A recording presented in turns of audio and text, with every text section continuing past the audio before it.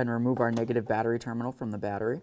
Now the next thing that we need to do is get this plastic out of the way. To do that, you would remove your push clips. There's a little forky tool here. Try to get underneath there and pull out the center. Once you've done that, you can do the same. Do the same to all the rest of your push clips and we'll get it up and out of the way. All right, let's get this out of here.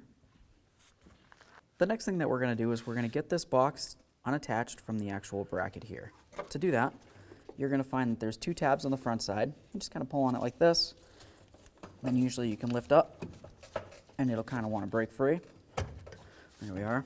Sometimes you'll have to actually pull on this one as well. That one just wasn't locked in for some reason. Then you're going to find the ones on the back and do the same exact thing.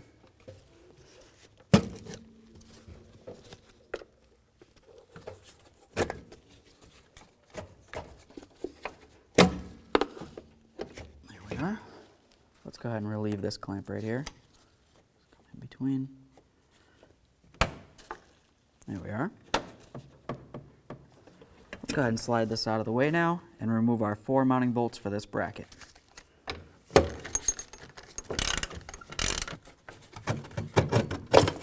Let's get this out of here. We need to relieve the anchor point for our wiring. I'm just going to come right under here with a nice pry bar. There we are. Now let's just go ahead and remove this mounting bolt for our power steering reservoir.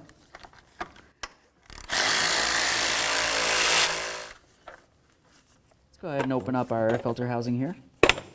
Go ahead and loosen our clamp. Separate this. Get this out of the way.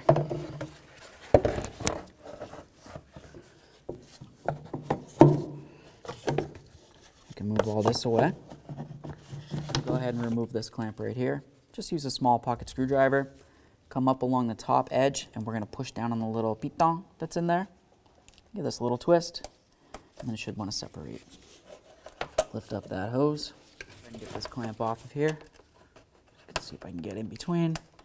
There we are. Set this aside. Coming down this way, you're going to see there's another anchor point. Sometimes you can just kind of pull these out. If you can't, you can use a little forky tool or even some cutters. There we are. We'll come up to this one.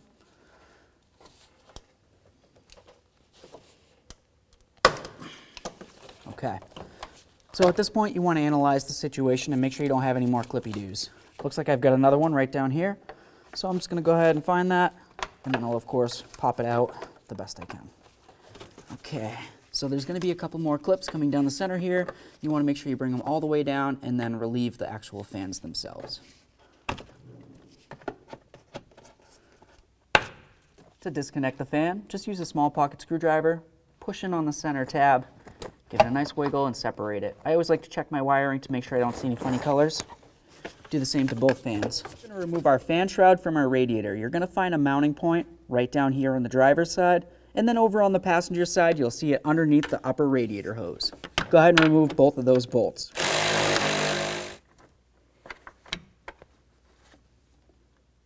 The next thing we need to do is get our fan shroud out of here. To do that, you're going to notice that one of the ears gets caught underneath this hose right here. That's going to be an issue, but it's not too big of an issue because all we need to do, grab onto this, we're going to lift it up and pull it towards the actual engine. As we're doing that, we're also going to go towards the driver's side. That's going to kind of make it so we can kind of angle this a little bit, and then we're going to carefully lift up on this so that the ear comes out and around, and then we should be able to just kind of get this right up and out of here.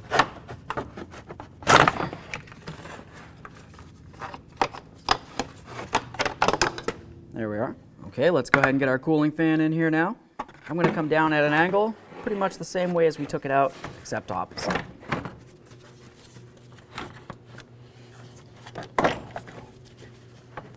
Should just want to drop in there. Okay, let's go ahead and slide this in. I've got the little hooky-doos coming up along the top, but there's other things that we need to pay attention to. You want to make sure you're lined up side to side. As you can tell, this one isn't. And you also want to make sure that you're into the hooky-doos that go down along the sides as well. There we are. This looks like it's sitting pretty much in the middle. I'm going to feel to make sure I'm latched in along the bottom. That feels pretty good. This side's out. There we are. Once you have it lined up, go ahead and reinstall your bolts. I'm going to start in both of them before I snug either of them up.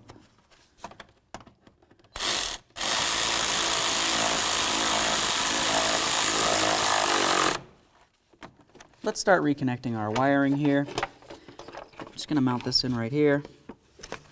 And then, of course, down the line into all their mounting holes. We've got our connectors. Make sure you connect those back into the corresponding fan. Listen for a click, give it a nice tug. Let's start putting in some more of our anchor points here. All right, let's go ahead and get the bracket in here now. It's lined up.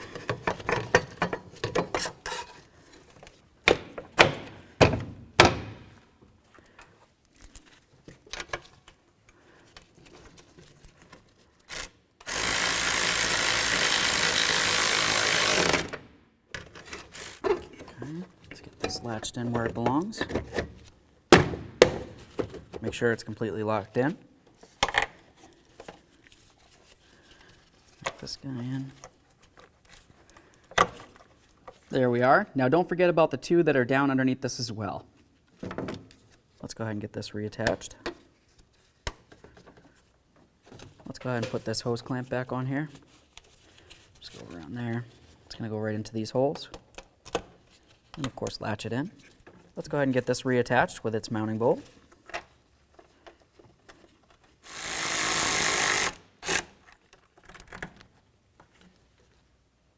Let's get the air filter housing back together.